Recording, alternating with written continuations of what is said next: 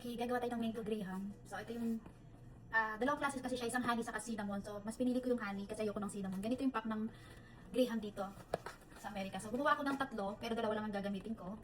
And, diced mangoes lang. Ito lang yung mango na alam kong matamis. Tapos, nag-chill ako ng condense. This is a cream condensada ng Angel, dalawa. At dalawang Nestle cream. Iba, 24 hours na chini-chill sa ref. Ako, nilagay ko siya sa freezer ng 30 minutes. So, try natin kailangan mag-double siya at hindi watery. So, wala akong electric mixer, gagamit lang tayo ng mano-mano. So, yan. Balikan ko kayo after a while, pag nag-double na siya. Okay? Kasi abutin tayo ng 10 days, charis. Kapag tingin ko. So, ganyan siya ha. So, mamaya check natin kung magda-double siya. Kung effective yung 30 minutes sa freezer or 24 hours sa chiller lang. Okay, ito na yung cream condensada. Naka 205 na ako. Biniwis ko siya ng yan. Malapot na siya. Kailangan daw hindi malapot, hindi siya watery. So, ito yung feeling natin. Then, yung Nestle cream. Nawinis ko rin. Ihahalo natin dito. Okay, ito yung cream condensada. 2 kanto. Itong Nestle cream is 2 kan din. So, imimix ko muna siya ng kahalati.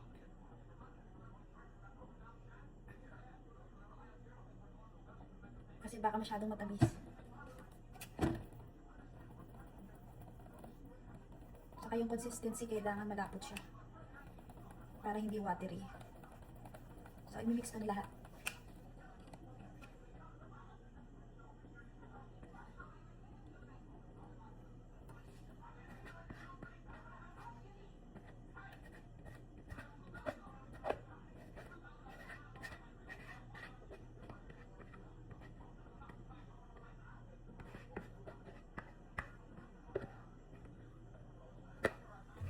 So, ito yung magiging mixture natin. Yung feeling natin. Tapos ito pala yung graham.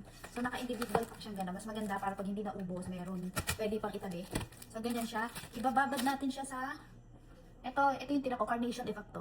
So, ibababad natin siya. Hindi naman ibabad. Parang babasain lang siya para hindi matigas. And this one is yung Del Monte diced mango. So, ito na yung mixture natin ha. Ganyan dapat heavy siya. Hindi siya watery. Para hindi mag-ano. Then, ito yung ating graham. So, gagawin na natin siya dito. So, kailangan basain. Binabasa ko siya. Tapos, ihilera natin. Ganyan. Kita nyo ba? Hindi kita. Yes natin to. Iyon. Kita na? Yan. Ito, carnation evap lang yan. Kung wala kayong iba, pwede naman water lang. Kasi meron naman akong available. So, ginawa ko na. So, yeah. Ayan. Yung gilid lalagyan ko later.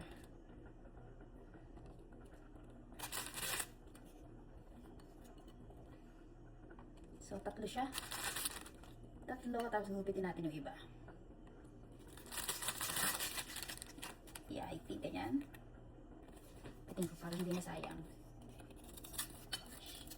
Hindi pantay, pag inupit. Okay lang. Lagay ko na lang yan sa gilid. Okay.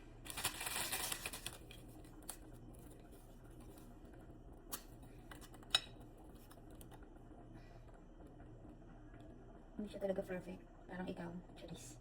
So yan. Huwag natin sayangin. Lalagyan natin lahat yan. Oops.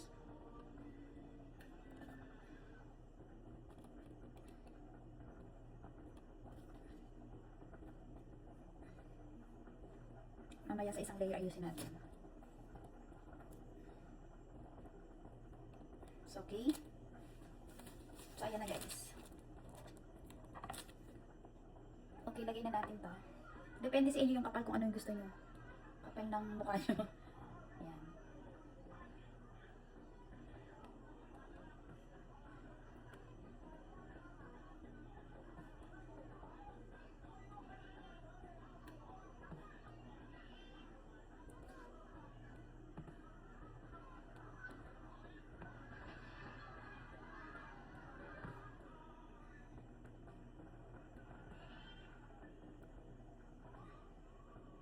Then, iganyan nyo na.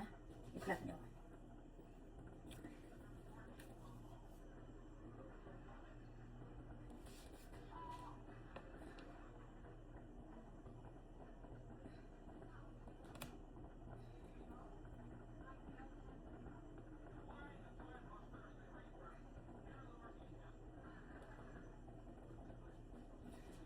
mamaya nyo nalang linisin yung gilid-gilid after.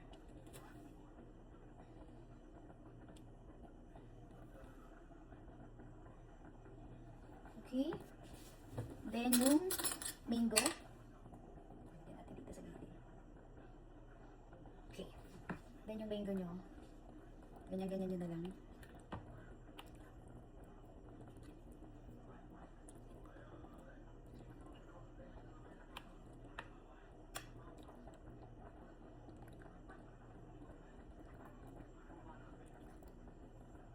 Okay. And again.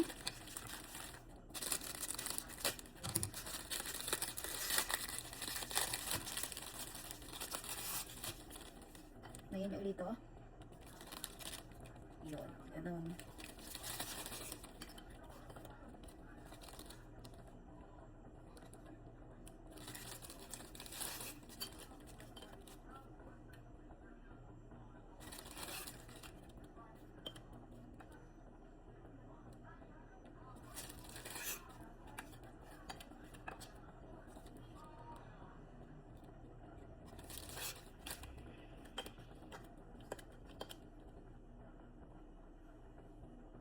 So, ayan. Lalagyan ko na ng second layer. Lalagyan ulit natin ito.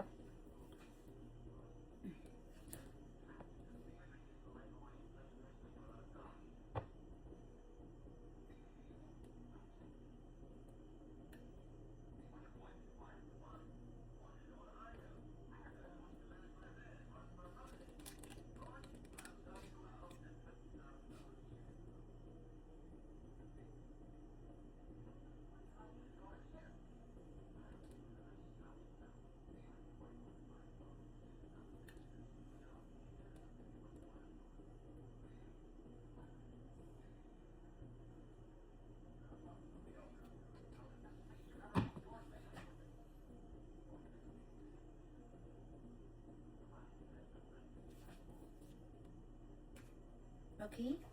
Lagyan ulit natin ito. So, pangalawa na rin mangga to. Kayo, hanggang anong layer ang gusto nyo. Nasa sa inyo yan.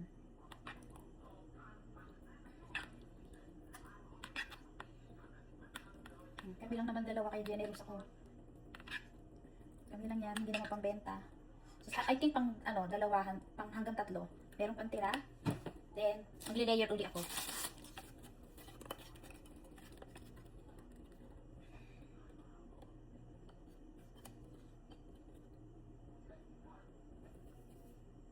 Okay, naubos ko yung isang box. So, isang box lang pala. Kala ko 3. Gawin natin yung isa. Tapos, kasama na yung 2 pirasong naiwan. Inano ko siya. Pinukpok ko pa sa ibabaw.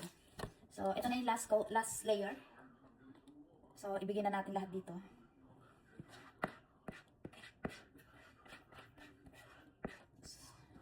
So, punong-puno siya sa kasiksik na siksik.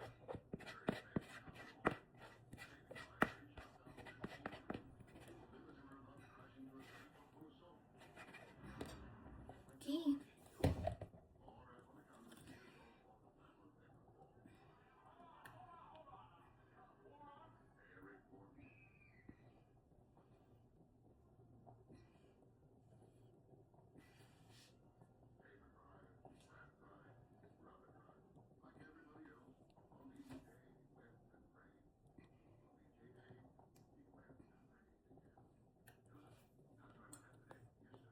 Okay.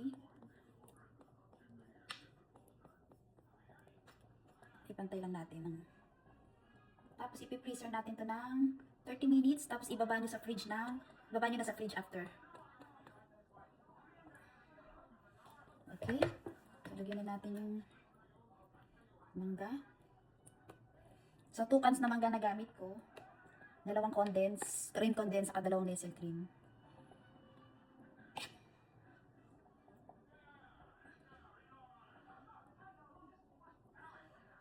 Tapos, 3 layer siya. 3 layer ng graham. So, linisin natin ang atin. Lagyan natin sa freezer ng 30 minutes para ma-settle siya, yung mabuo. Then, ibaba natin sa rep ng, yun na, pagkaan mo na.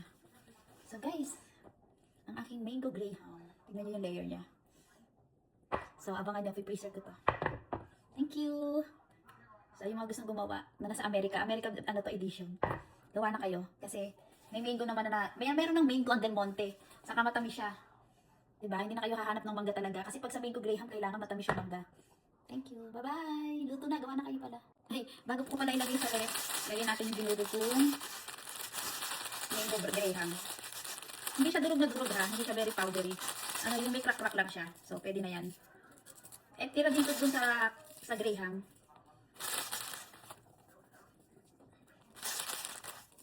Para walang masayang. Kasi sayang kung iyon pa natin 2 piraso.